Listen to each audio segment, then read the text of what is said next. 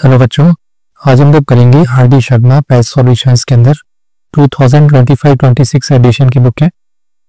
Chapter है हमारा pair of linear equations in two variables.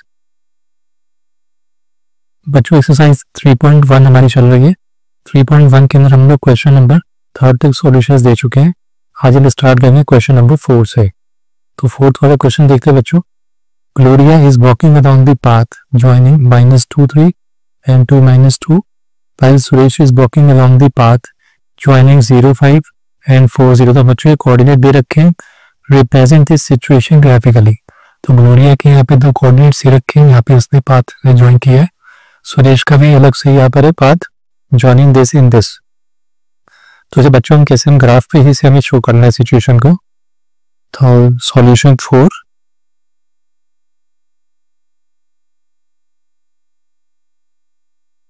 तो बच्चों इसको हमने प्लॉट करना है पॉइंट्स को।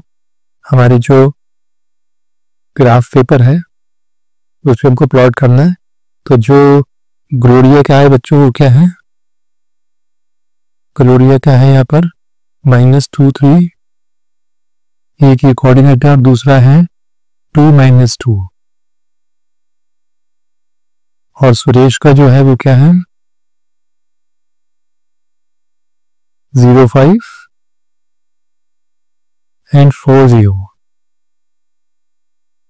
ठीक है, तो इसके नाम पे प्लॉटिंग कर देंगे, नंबर स्टार देंगे यहाँ पे, number line 1 2 3 4 5। In the same यहाँ पे भी 1 2 3 4 5। यहाँ पे माइनस स्टार देंगे, -1 -2 -3 -4। इन द सेम पे लेफ्ट हैंड साइड पे -1 -2 -3 -4। ठीक है बच्चों, सबसे पहले ग्लोरिया की देखते हैं हम लोग। ग्लोरिया की देखिए -2 and 3 यहाँ पे दिया हुआ है, तो इसकी इक्वेशन हमें फॉर्म कर देंगे तो हम बना लेंगे इसकी। फिलहाल क्या था देखिए -2 और 3 है, तो -2 एरर, ठीक है, एंड 3 एरर। तो -2 और 3 कहाँ पर आएगा, ये हमारा कोऑर्डिनेट यहाँ बनेगा ग्राफ के अंदर, -2 and 3। और सेकंड है 2 -2, तो 2 ये रहा और हमारे पास -2 ये रहा, 2 and -2।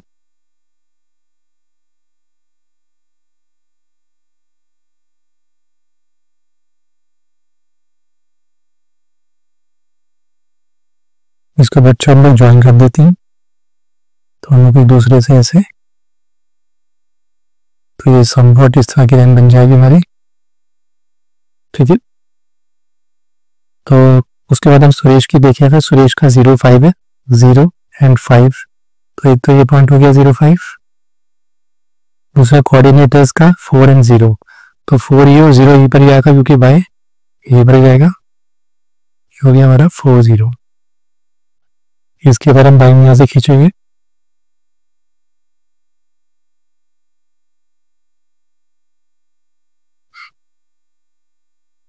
तो ये बच्चों कुछ इस तरह से हो जाएगा हमारा।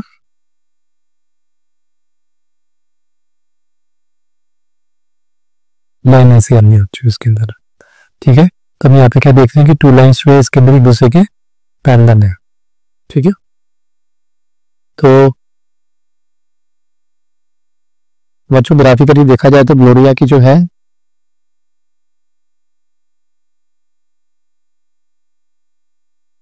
ग्लोरिया की जो है यहाँ पर इक्वेशन बनाएंगे तो बन जाएगी हमारी 4y + 5x = 2।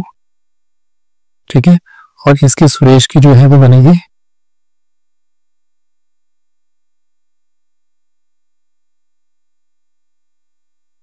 4y + 5x = 20। ठीक है, ये इनकी इक्वेशंस है, पेयर ऑफ लीनियर इक्वेशंस। तो यहाँ पे हम ये बना देंगे तो हमारी ग्लोरिया की इस तरह की इक्वेशन बन जाएगी और सुरेश की ऐसी बन जाएगी। और प्लॉटिंग हमने जो ग्राफ पे कर दी है वो हम यहाँ पे ग्राफिकली शो कर सकते हैं। तो यहाँ पे हमने क्या देखा, यहाँ पे 2 lines are parallel to each other, 2 lines are parallel to each other. ठीक है बच्चों, ये हमारा x है, ये y है, ये x है, ये y है, तो x y, तो उस केस से हम लोग यहाँ पे इसकी इक्वेशंस को फॉर्म कर लेंगे। हम चलते हैं क्वेश्चन नंबर 5 पे।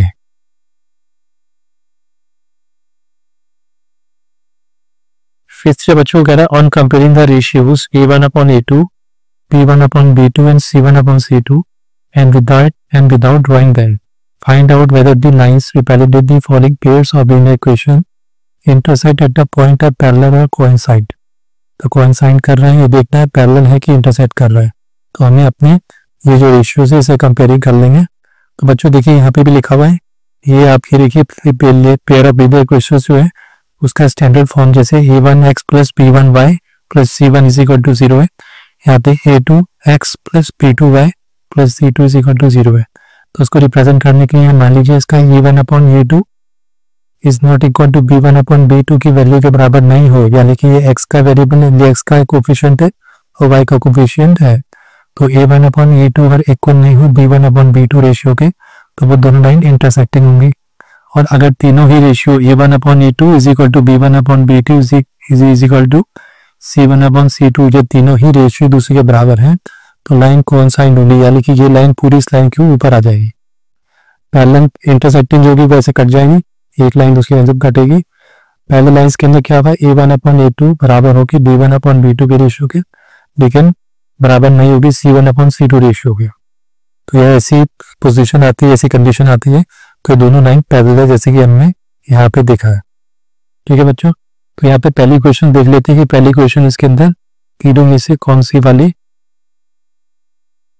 कौन सी लाइंस के अंदर आ रही है। ये देखिए 5x minus 4y plus 8 is equal to 0, और दूसरा है 7x plus 6y minus 9 is equal to 0। तो बच्चों देखिए यहाँ पर जो है, यहाँ पे देखा जाए तो हेयर हमारा a1 जो है वो क्या है 5 है, a1 a2 b1 b2 c1 c2, तो a1 हमारा 5 हो गया, b1 कितना है -4 और c1 कितना है 8 है, और इस वाले केस के अंदर हमारा a2 जो है it is 7, b2 6 and c is -9। ठीक है, तो अगर हम देखें अगर इसको हम 9 a1 अपॉन a2 कितना हो गया 5/7, ठीक है 5/7 हो गया, और b1 अपॉन b2 कितना है, b1 है -4 अपॉन b2 है हमारा 6, तो इसको अगर हम इजी कर देंगे तो -2/3 जगह सिंप्लीफिकेशन में सिंप्लीफाई में, और c1 अपॉन c2 भी करेंगे तो कितना हो जाएगा 8/9। यहाँ पे देखिए बच्चों क्या आ रहा है 5/7 -4/6, और अगर मैं इसको ऐसे रखूं -2/3 एंड 8/9। तो आप देखिए यहाँ पे शुरू का जो है a1 upon a2 is not equal to b1 upon b2, तो पहले केस के अंदर ही हमारे पास ये जो इक्वेशंस है ये टू लाइंस आर इंटरसेक्टिंग है, देयरफॉर क्योंकि a1 upon a2 is not equal to b1 upon b2 यहाँ को बता चुके हैं, तो टू लाइंस आर इंटरसेक्टिंग है इस केस में। तो पहली वाली जो इक्वेशन शो कर रही है वो लाइंस इंटरसेक्ट करेंगे एक दूसरे को। ठीक है, थर्ड देखते हैं सेकंड वाला। सेकंड इक्वेशन बच्चों में दी है यहाँ पे 9x plus 3y, next page पे कर देते हैं।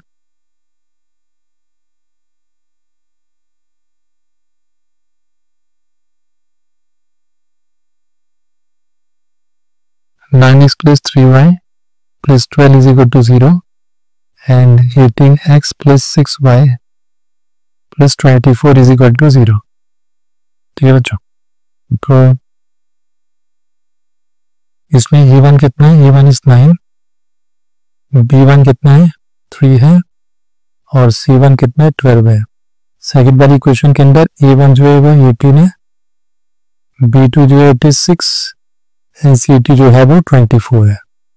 ठीक है, अब इसको रख देते हैं, नाउ चेक करते हैं इसको रेशियोज के हिसाब से।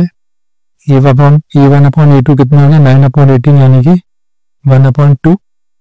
ठीक है, b1 अपॉन b2 3/6 आ गया यानी कि 1/2, एंड c1 अपॉन c2 भी चेक कर लेते हैं 12/24 यानी कि 1/2। तो यहाँ पे हम क्या देख रहे हैं कि a1 अपॉन a2 जो है वो B1/B2 रेशियो के बराबर है और C1/C2 भी बराबर है दूसरे के। ठीक है बच्चों, तो ये कंडीशन कैसी आ रही है, ये कंडीशन दोनों लाइन एक दूसरे के कॉन्साइन कर रही है। ठीक है, तो the lines are therefore the lines are coincides। ठीक है, थर्ड हमें दो इक्वेशन दी है 6x - 3y + 10 = 0 and next is 2x - y + 9 = 0। तो इसमें a1 कितना है हमारा 6, b1 कितना है -3, c1 है हमारा प्लस का 10। इसमें a2 कितना है सेकेंड इक्वेशन का 2 और b2 कितना है माइनस का 1, क्योंकि -y का मतलब होता है -1, और c2 कितना हो रहा है 9। ठीक है, इसको भी एज इट इज वैसे ही रखेंगे हम लोग। a1/a2 चेक कर लेते हैं, 6/2 यानी कि 3/1 हो गया, और b1/b2 देखते हैं, -3/-1 यानी कि 3/1 ही है, एंड c1/c2 देखेंगे तो 10/9 है। ठीक है, तो यहाँ पे हम क्या देख रहे हैं कि a1/a2 और b1/b2 c1/c2, तो क्या देख रहे हैं हम लोग 3/1 = 3/1 = 10/9।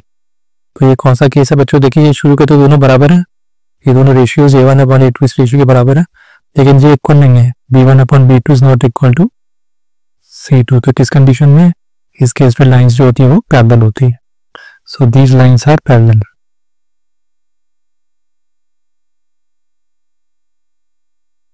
तो इस तरह से हम लोग इक्वेशंस को, दो इक्वेशंस को इस जो है पास फॉर्मूला दिया हुआ है उसकी हेल्प से हम लोग पता कर पाएंगे कि वो लाइन दोनों कोइंसाइड कर रही है, एक दूसरे को इंटरसेक्ट कर रही है, कि पैरेलल जा रही है, एक दूसरे पे कॉन्साइन कर रही है। ठीक है, हम लेते हैं क्वेश्चन नंबर 6।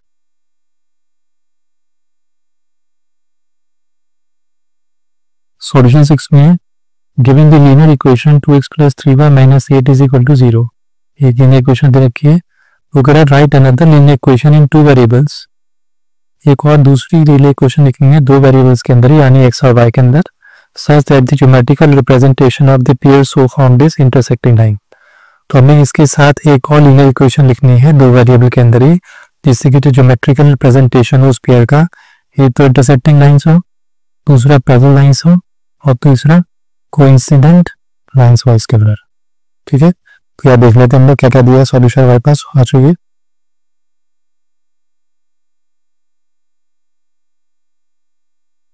गिवन है हमारे पास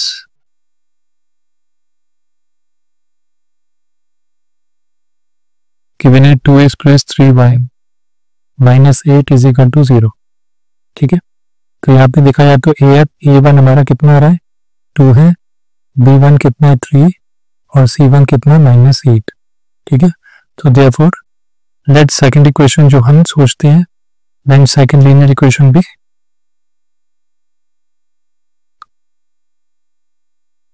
क्या होगी, a2x + b2y + c2 = 0। ठीक है, जो हमारा स्टैंडर्ड फॉर्म में बोले हैं यहाँ पर। ठीक है, लेकिन उसने क्या बोला हमको, फर्स्ट केस के अंदर बोला है कि ये इंटरसेक्टिंग लाइंस होनी चाहिए। ठीक है, so therefore the lines should be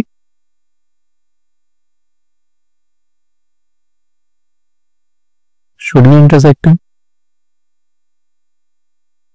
जैसे कह रहा है, तो इसका मतलब वी मस्ट हैव, तो इस पे किस चीज पे कंसिडर करना है कि a1/a2 का जो रेशियो है वो बराबर ना हो b1/b2 के, और कुछ भी हो। तो हमको इंटरसेक्टिंग लाइंस के ना बस एक ही चीज का ख्याल रखना है कि a1/a2 का रेशियो जो है वो b1/b2 रेशियो के बराबर ना हो। ठीक है, तो रख लेते हैं so let the second linear equation भी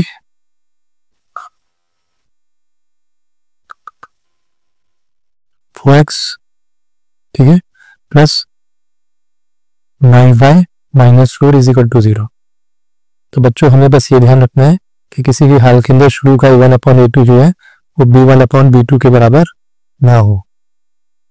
ठीक है, तो यहाँ पर हमने क्या लिया हेयर, a2 हमारा क्या हो गया 4 हो गया, b2 कितना हो गया 9 हो गया, और C2 कितना हो गया, -4 हो गया। तो हेंस अपन यहाँ पे देखें A1/A2 कितना हो जाएगा हमारा 2/4 इज इक्वल टू 1/2 एंड हमारा B1/B2 जो है कितना है, B1 हमारा 3 था और B2 हमारा 9 हो गया। तो भाई कितना ही आप देख लीजिए यहाँ पे, तो हम क्या देखेंगे, बिकॉज यहाँ पे क्या हो गया हमारा A1/A2 is not equal to B1/B2। कैसे, जैसे 2/4 जो है वो बराबर नहीं है 3/9 के, क्योंकि इसको हम काटेंगे तो कितना हो जाएगा, ये 1/2 हो जाएगा और ये हमारा 1/3 हो जाएगा। तो इसके बराबर में होगा, तो इसका मतलब ये हमारी लीनियर इक्वेशन, इसमें हम इस इक्वेशन को यहाँ पे फिट कर सकते हैं यहाँ पर इसके अंदर। तो देयरफॉर इसके साथ की जो लीनियर इक्वेशन जो है, यानी कि 2x + 3y - 8 के साथ की जो लीनियर इक्वेशन है उसके साथ हम लोग ये रख सकते हैं, ठीक है, जिससे कि एक पॉइंट पे इंटरसेक्ट कर जाएंगे, यानी कि ऐसे और ऐसे ग्राफ के ऊपर एक पॉइंट पर, ठीक है। तो मेरे ख्याल से आपको पता चल जाएगा कि ये हो गया, ये हो गया। सेकंड केस देखते हैं। सेकंड केस में उसने बोला है कि जो इक्वेशंस हैं उनकी लाइंस एक दूसरे के पैरेलल जानी चाहिए, ठीक है।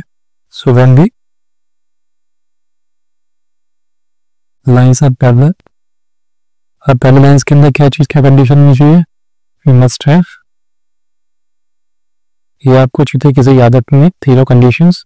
तो इसमें क्या होगा, या पैरेलल रखनी है तो A1/A2 इक्वल हो सकती है B1/B2 रेशियो के, बट इक्वल नहीं होनी है C1/C2 के।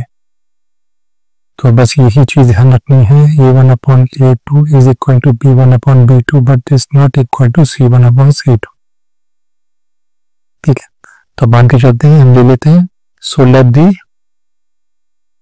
Second linear equation. तो इक्वेशन बच्चों हमको इस तरह से बनानी है जिसके अंदर क्या था हमारे पास, यहाँ पे पहली लीनियर इक्वेशन क्या थी हमारे पास, फिर से इसको देख लेते हैं। भी हमारे पास ये है, दी हुई है 2x + 3y - 8 is equal to 0, ठीक है। तो इस पर तुमको पता ही है A1, B1 एंड C1, ठीक है। तो लीनियर इक्वेशन यहाँ पे जो हम फिट कर सकते हैं वो क्या हो सकती है, अगर हम 4x + 6y - 5 कर दें, ठीक है, तो उस केस में हम देख सकते हैं A1/A2 is equal to B1/B2 is equal to C1/C2। देखिए जरा, A1 कितना आ रहा है हमारा, 2 आ रहा है यहाँ पर, ठीक है, A1 हमारा 2 आ रहा है यहाँ पर, और A2 कितना है, 4 हमने रख लिया है। और फिर देखते हैं B1 हमारा 3 है और ये 6 है, और C1 हमारा -8 और ये -5। तो देखिए इसको अगर हम इजी कर दें तो 1/2 1/2 ये दोनों बराबर हैं, लेकिन ये रेशियो बराबर नहीं है इसके, ठीक है। तो इसका मतलब हम ये सेकंड लीनियर इक्वेशन ये यूज कर सकते हैं इसके साथ, किसके साथ, इसके साथ, ठीक है। तो इस केस के अंदर क्या होगा, ये पैरेलल हो जाएंगे लाइंस। तो ये आंसर हो गया इसके साथ का, इसका ये आंसर था। थर्ड कंडीशन अब देखते हैं। थर्ड कंडीशन उसमें बोला कोइंसिडेंट लाइंस हो, कोइंसिडेंट लाइंस।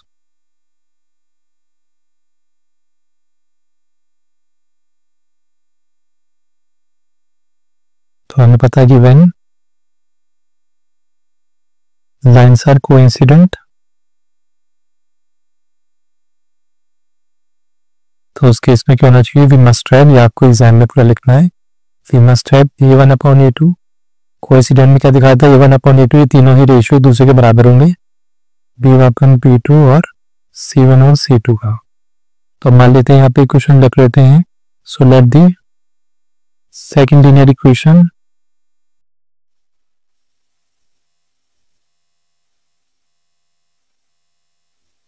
बी 4x, ठीक है, + 6y - 16 इज इक्वल टू 0। तो पहली वाली क्या थी हमारी, इसमें हमारा A2 हो गया हमारा 4, B2 हो गया 6 एंड C हो गया, C2 हो गया हमारा -60। A1 कितना था हमारा 3x 2x + 3y - 8 is equal to 0 था।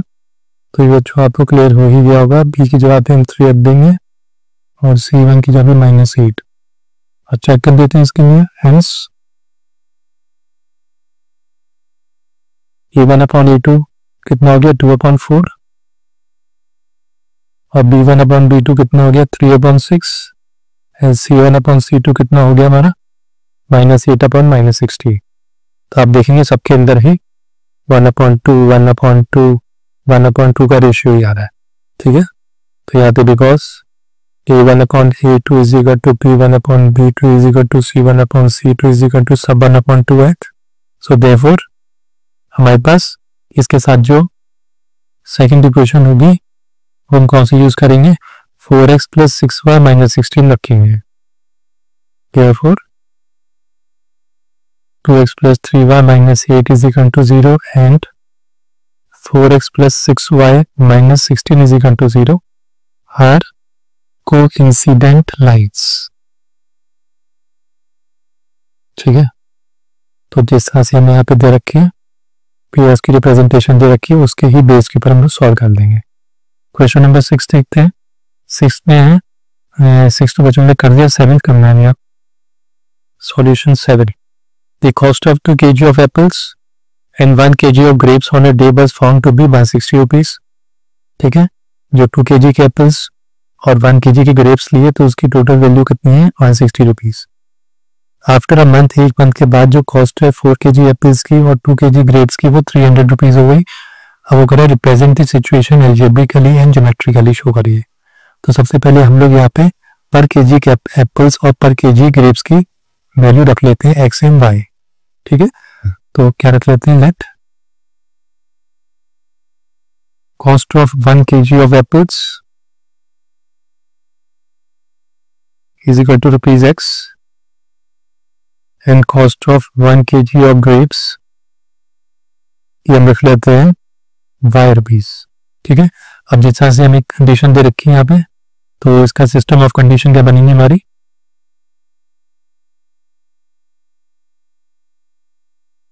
according to the condition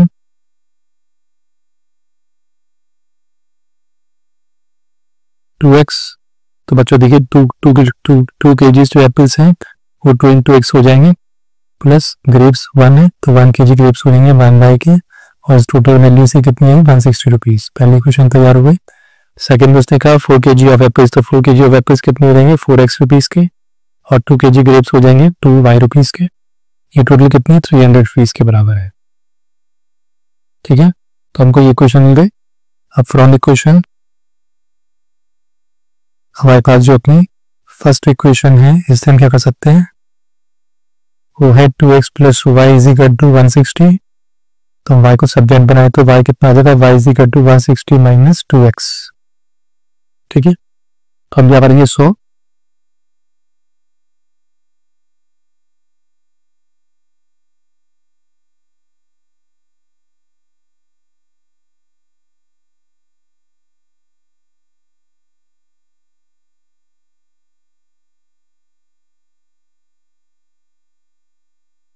तो 100 यहाँ लिख देते हैं। So if x is equal to 50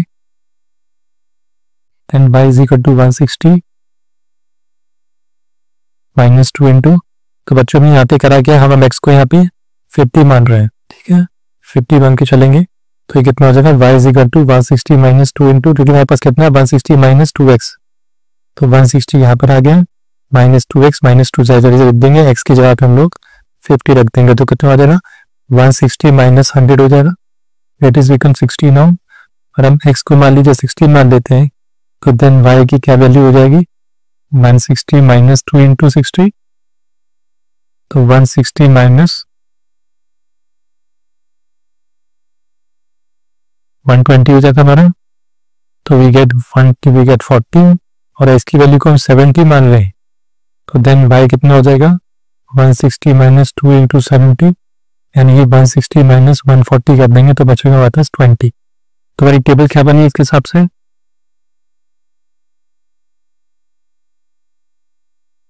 x कितनी थी 50 था तो y कितना आ रहा था 60, x हमारा 60 था तो y आ रहा हमारा 40 और x हमारे 70 है तो y कितना निकला हमारा 20। ठीक है, अब ये फॉर्म इक्वेशन सेकंड से लिख लेते हैं, इसका भी हम लोग टेबल बना लेते हैं। Form equation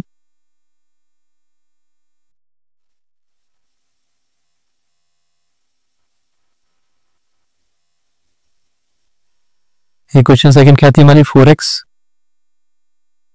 plus 2y is equal to 300। तो इसके लिए भी रख लेते हैं। सो अगर आप मान के चले if x is equal to 70 मान ले तो then y is equal to, इस केस में आप देख लीजिए y के साथ फाइंड हुआ हमारे पास, ये 2y इज इक्वल टू 300 यहाँ पर आ गया, प्लस का 4x है माइनस का 4x यहाँ हो जाएगा। ठीक है, और y की वैल्यू निकालेंगे तो 300 माइनस 4x, ये वाला 2 कहाँ आ जाएगा, नीचे आ जाएगा। तो फाइनली इस इक्वेशन को हमें फॉलो करना है यहाँ पर। तो then y is equal to कितना आ जाएगा, तो इसको हम काट देते हैं, यहाँ लिख लेते हैं। If x is equal to 7 then y is equal to कितना होगा 300 माइनस 4 इंटू एक्स, हमने 4 की x की वैल्यू 70 मान ली है, 70/2 तो कितना होगा 300 माइनस 280/2। ठीक है, बिकम्स 20/2, 10 वैल्यू आ गई। अगर हम इसको x की वैल्यू को 80 मान ले तो उस केस में y की वैल्यू क्या फॉर्म होगी, -4 इंटू 80/2, ये हो गया हमारा 300 माइनस 320, तो जगह माइनस का 20/2 क्योंकि माइनस का 320 बड़ा है। ठीक है, तो ये हो गया हमारा माइनस का 10। और x इज इक्वल टू अगर हम 75 मान लें, 300 माइनस 4 इंटू 75/2, 300 माइनस 300 हो जाएगा, 25 4 से अपॉन 2 तो 0 आ जाएगा। तो इससे हमारी टेबल क्या बनी है,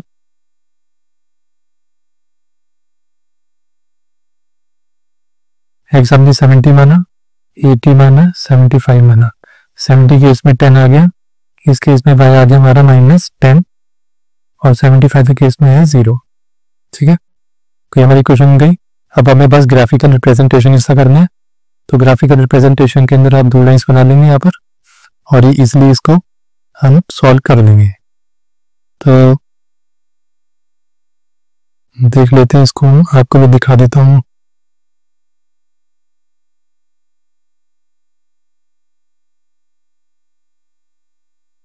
इस सम ये कैसे बनेगा, देखिए ये दोनों हमारे पास हैं 2 टेबल्स। तो हमारे पास ये एक y एक्सिस हो गया, एक x एक्सिस हो गया, ये रख लेते हैं। इसको हम लोग 10, 20, 30, 40, 50, 60, 70 और 80 तक ले जाते हैं। ठीक है, उसी केस में यहाँ पे माइनस का 10, माइनस का 20 और माइनस का 30 तक रख लेते हैं। नीचे वाले के अंदर हम माइनस का 10, माइनस का 20, माइनस का 30, ऊपर वाले में 1, 10, 20, 30, 40, 50 और 60 भी जाएगा, आई थिंक 60 तक ही बजाएगा श्रद्धि। तो इसका देखिए बच्चों, x का क्या है 50, तो 60 x के 50 है तो वो कितना है 60, तो समझे यहाँ की लाइन। ठीक है, एक पॉइंट हो गया 50 60 हमारा कोऑर्डिनेट, और उसमें 60 40 है तो 60 ये है और 40 ये रहा, तो 60 और 40 सम भी ऐसे बनेगा। बच्चों रेफर आ रहे हैं इसलिए बिल्कुल एक्यूरेट नहीं होगा, 70 और 20 से बताने के लिए 70 20 को आप ग्राफ में बनाएंगे तो अपने यहाँ पे ये स्ट्रेट लाइन के अंदर आ जाएगा। तो अगर आप एक स्ट्रेट लाइन खींचेंगे तो we'll get a line something like this। ठीक है, और दूसरा वाला क्या मेरे पास x 70 है, तो x 70 है और दूसरा 10 है, तो ये समझ आएगा यहाँ पे हमारा 70 और 10 और फिर है 80 और -10, तो 80 इधर और -10 यहाँ पे नीचे है। ठीक है, अगर 75 और 0 तो 75 यहाँ पर है तो 0 इन पर ही हो गए। ठीक है, तो यहाँ पे हम लाइन खींचेंगे तो ये कुछ इस तरह से लाइन बनेगी। ठीक है, तो ये ग्राफिकल रिप्रेजेंटेशन हो गया हमारा।